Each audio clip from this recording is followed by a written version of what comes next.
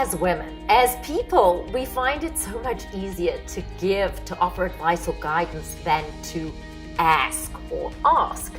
So there are ways of doing it, but again, it goes back to first, give yourself permission. I have a right to ask. It's okay to ask.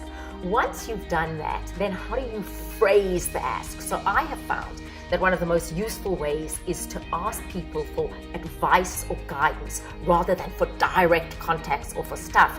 So I might say, Akira, you've navigated your career in the film industry really well. Do you have any advice or guidance as to how I should proceed?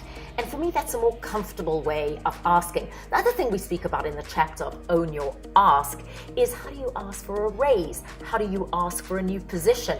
And again, it goes back to doing your homework and being comfortable asking.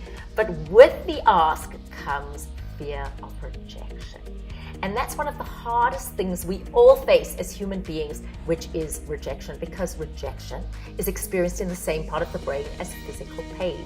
And I don't think there are any of you who are watching this that haven't had rejection at some part in your life. So famously, if you don't ask, you don't get. If you ask, you may not always get what you want. But if you don't ask, you don't get. So I'm saying give yourself permission to ask.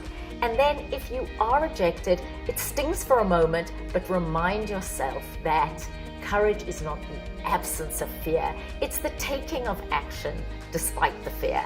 And sometimes we just have to override that fear.